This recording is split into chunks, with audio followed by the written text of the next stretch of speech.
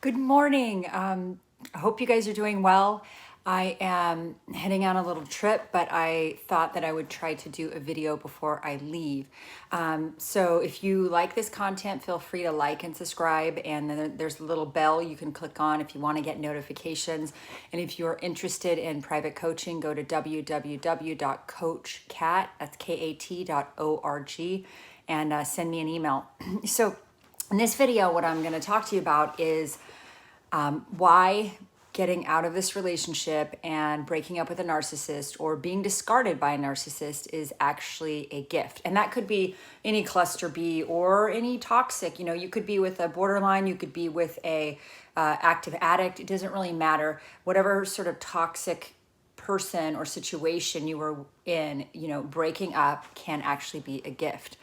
Because the thing is that if you are an empath or a codependent or you're somebody who had childhood trauma, you were attracted to the wrong person. If you have this unresolved wound, this trauma inside of you, you are attracted to the wrong person for you.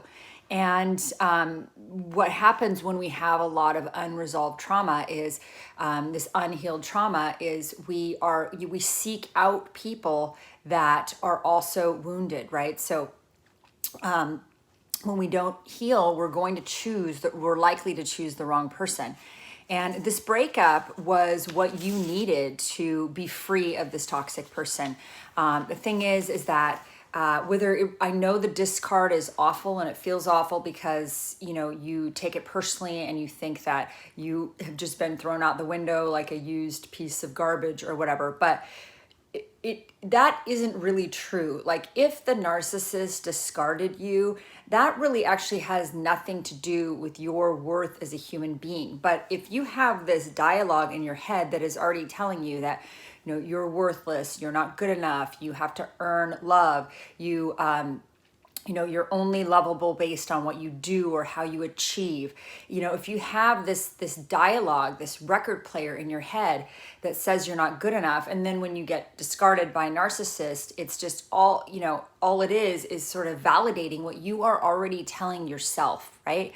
And if somebody discards you, it's really not personal. I know it feels very personal and it feels very, to our core. But if you had healed your trauma and you had started to truly love yourself, and I realize this is a journey, and it's not like all of a sudden we're like, oh, I totally love myself and I'm going to be cool the rest of my life. It's not like that. If you have trauma, it may be sort of a daily deal of like you put your self-hatred in remission on a daily basis based on, how well you're nurturing yourself, how well you're speaking to yourself, how well you're treating yourself. But so I kind of think of it like, I have this codependence, I have this sort of at the core, this sort of low self-worth, even though, I am lovable, I am a wonderful person, but deep down it's like I feel unworthy, I'm not good enough, I'm, not lovable, I'm defective, or I'm broken. If you have this dialogue playing in your head that's telling you all of that, when a narcissist does what they do, all they're doing is reinforcing what you are already believing about yourself. And I fully understand if you've been in one of these relationships a long time, I mean, your self-esteem just gets chipped away, like little by little by little, your self-worth. But again, like I think once you start healing that part of you that is broken, that part of you that's been traumatized, then if somebody tells you that you're not worthy, or they show you that you're not worthy in their dismissiveness, in their actions of, invalidation, or treating you like what you say or what you think just doesn't matter. I think once you heal that trauma, you would be like, oh, this person isn't appreciating me for actually who I am. And I just sent myself. I didn't send an ambassador to the relationship. I didn't send a representative. I just sent me, and they are not accepting me. Well, they're probably not a good fit for me in that case, because, I love me. I know who I am. I have friends and family that are, relationships that are wonderful, that are deeply connected, that are emotionally intimate, that are honest, that are authentic. And I don't really need to take that one person's opinion of me and let it go to my heart and my soul. So I think if you started to feel really invalidated or disrespected, or if you were being gaslit, or somebody was treating you like you were less than and they were superior and you were inferior, I don't think you would stay if you had healed that trauma.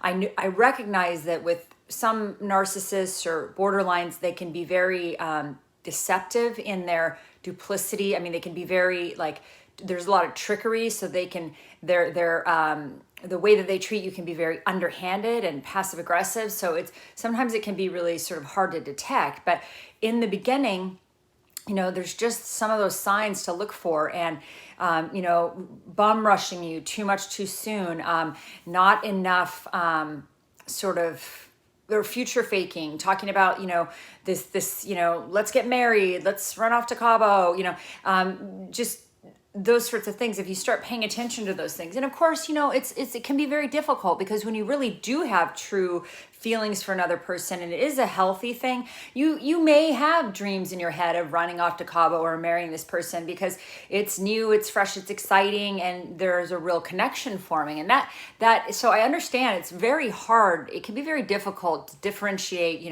a narcissist or cluster B's maneuverings with, the feeling of true love, or the feeling of the beginning of a new relationship where you have a lot of crazy emotions. But I think ultimately our goal here, or a gift, a way to look at it is, this was a gift. This was a gift. You were able to, for whatever reason, get yourself out of a toxic relationship. And again, I realize some of you are still in relationships with cluster Bs, and no judgment at all. I understand that it is incredibly difficult to get out of these relationships. I think I read somewhere that it said it can take up to like 7 attempts. And I liken that to quitting smoking. I mean, I had to, when I quit smoking, it took me 7 attempts. I think when I quit drinking alcohol, it took me multiple attempts. So, and a huge support group, and a lot of help, and a lot of therapy. So like, I recognize that, it's really difficult to get out of these relationships, because once you're bonded and you have a trauma bond and you are connected to this person and you share a life together, maybe you share a house together, maybe you share children together. I mean, it is not an easy thing to get yourself out of these situations.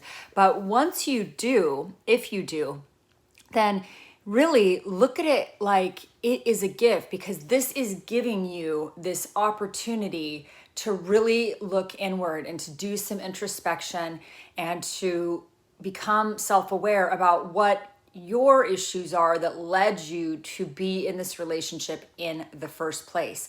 That black hole in you, I call it a God-sized hole. It's like a black hole in us that, really, in my opinion, has to be filled up with God or a higher power or spiritual experience, right?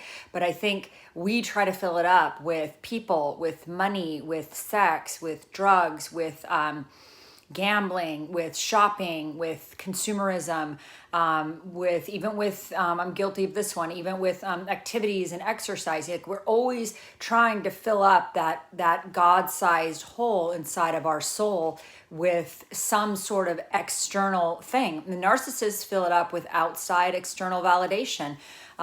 So, really, this is a chance for you to fill up that God-sized hole with God and with love and with whatever your definition of God is. And, I like to think of God as love, like love and self-love. And I believe God of any sort wants us to be happy, joyous, free, and grateful for every moment that we have on this planet, because we are not promised tomorrow. None of us are. And, we're going through this very difficult time right now in the world. There's a lot of chaos. There's a lot of fear. We're sort of stuck in our homes or wearing masks everywhere we go. We're in this weird apocalypse. It feels like the apocalypse, at least it did in the beginning. And now we've some of us have become desensitized by it. But, bottom line is like, this is your chance to get in touch with who you are as a person, to do some introspection, to become or try to become more self-aware. And, I know for me, I considered the sort of narcissistically abusive, whatever toxic relationship I was in, this enmeshed, codependent, narcissistic relationship I was in, I'm now considering it was like the greatest gift for me, because it allowed me to hit what I consider a codependent bottom. And that is a bottom where I think that I'm not worthy unless I am people pleasing, accommodating, and having more empathy for other people than I do for myself. It was a codependent bottom for me, which codependence has a lot of dark sides to it. It's also a toxic personality. It's or I don't know if I say personality, but it's a toxic way of behaving in the world, a way of operating, because ultimately it's like you're trying to control in some fashion to get love. And maybe you're controlling by giving and giving and giving and giving. If I give them everything, if I give them every tiny bit of my soul, every bit of me, then they'll love me. If I give them my work and my time and my energy and my love, and this pathological giving where sometimes you're saying yes when you really mean no. And I had somebody really wise point out to me that's basically lying. And I was like, what? How is that lying? And she's like, no, when you say yes to somebody, if they're like, hey, can you come watch my 12 kids? Need to go, I need to go on this spa vacation. Can you watch my kids? And you say, oh, sure. And that's your first response. And you don't even check with yourself. Like, hey, is this something I want to do? What's my motivation? Oh, if my motivation is so I'll look like such a nice person, like, is that your motivation? And then like, what's your motivation? And then, is this a self-honoring behavior? So is this something I really want to do? Is it self-honoring? And what's my motivation? And if you say yes, and then you really internally mean no, and you don't want to do it, and then you do it anyway, and then you later resent them because they had the audacity to ask you to watch their 12 kids, whose problem really is that, right? It's my problem, because I said yes when I really meant no. And then later on, I resent and hate you because you had the audacity, or hate's a strong word, but you had the audacity to ask me for something. So that's where boundaries really start to come in, where you start letting your yes mean yes and your no mean no. And you get off your high horse of trying to fix everyone in the universe. It is not your job to fix other people. It is not your job to do their work for them. And in fact, sometimes when you're getting into the mix and you're like, oh, I can see this person's life. They really need my help. Wow, I can figure out their solutions for them. It's like you're stepping into what I believe is their sort of relationship with their higher power. Like, that's between them and God. They need to figure out what is the right path for them, and what's best for them, and they need to do that on their own so that they can have their own sense of agency, their own their own feeling of, I can do this. I can figure out my life on my own. But when we try to get in there and fix people's lives, it's like we're taking away their agency. We're taking away their ability to do it for themselves, or their willingness. I guess I'm not making perfect sense here, but and what we're basically telling them is, in some way, it's almost like we're telling them, you're incompetent. Let me fix your life for you, because clearly I know what's best for you. And you know what? We don't know what's best for other people.